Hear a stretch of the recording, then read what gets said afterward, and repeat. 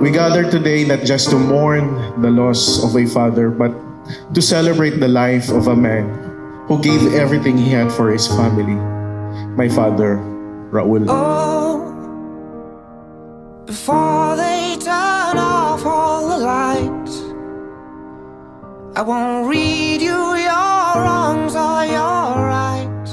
That's why when the Lord decides to take us home, it's really for your good. That's why sinasabi natin palagi, when the person dies with the Lord, he is in a better place. No matter how rich you are here, the place that you will be going, and that's the Lord's promise for us, is always far, far better. We're just two grown men saying goodbye. No need to forgive, no need to forget. Always siya sa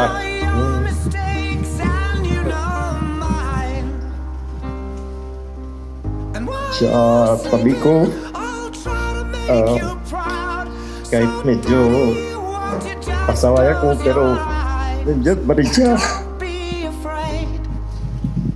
Pati dito, hindi niya ako ginapabayaan.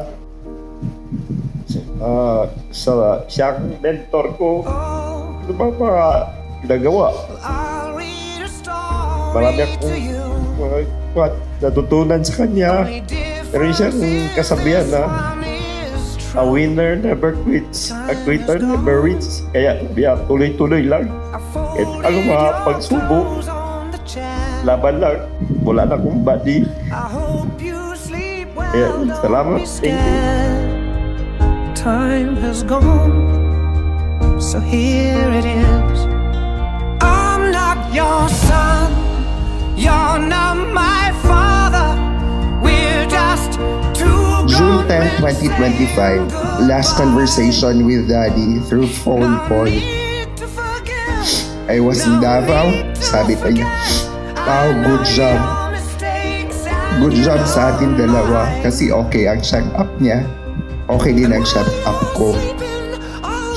Tapos nag-request siya sa akin, "Wow, pwede mag-request ng butchi, ng Chowking."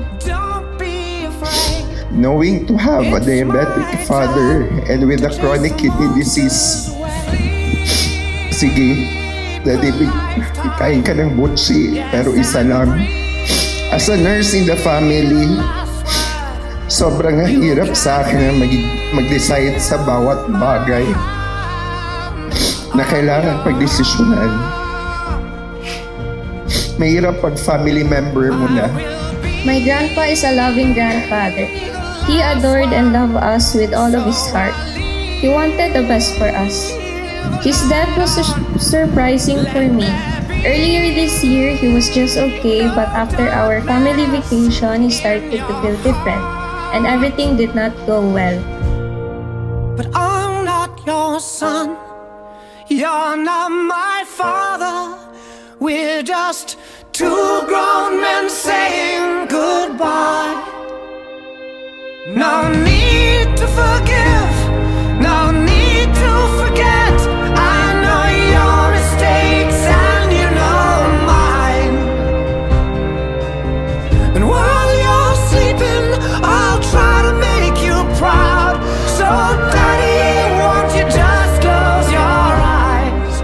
Don't be afraid, it's my time to chase the monsters away. He is a fighter. He fought until the last second. I just didn't expect that would be our last complete family vacation.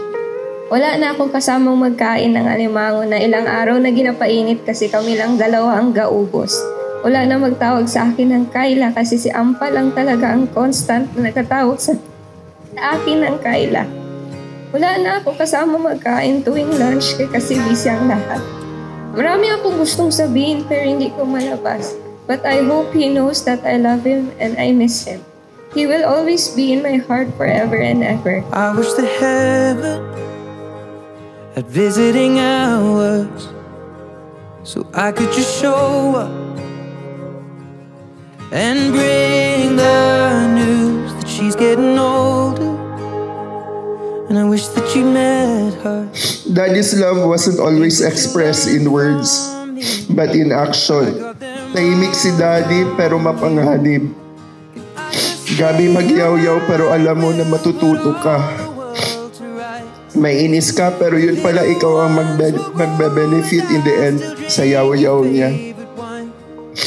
That was most evident in how he puts us, his family, first, and the way he made sure we were protected no matter what.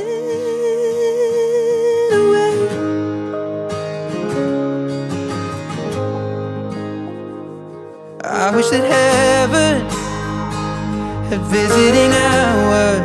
My father taught me how to be brave, hindi lang sa harap ng problema, kundi sa harap ng responsibilities. He showed me how to be disciplined, especially now that I am raising my own children. Kung anong klase ang ama ako ngayon, malaking bahagi nun dahil sa kanya.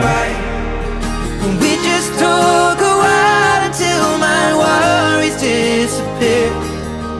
I'll tell you that He was not just my father, he was my namesake. you'd say, remember that I carry his name, Raul Cadwito Jr. just changed. And I will continue to carry his legacy dahil yung bunso ko pinangalanan naming Clay Luar. Luar means Raul. Binaligtad ko lang yung spelling ng name namin.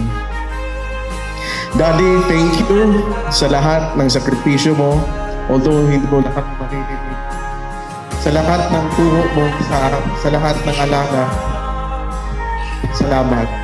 Hindi ka man perfecto, pero ikaw ang itinuring naming haligi ng tahanan. You gave what you could, and for that, we will forever be grateful. Paalam, Daddy. Hanggang sa muli, And I would till we ask meet them again.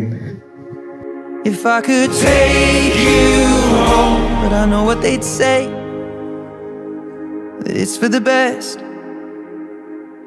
So I will live life the way you taught me and make it on my own. I will close the door, but I will open up my heart, and everyone I love will know exactly who you are. 'Cause this is not goodbye, it is just till we meet again. So much has changed since you've been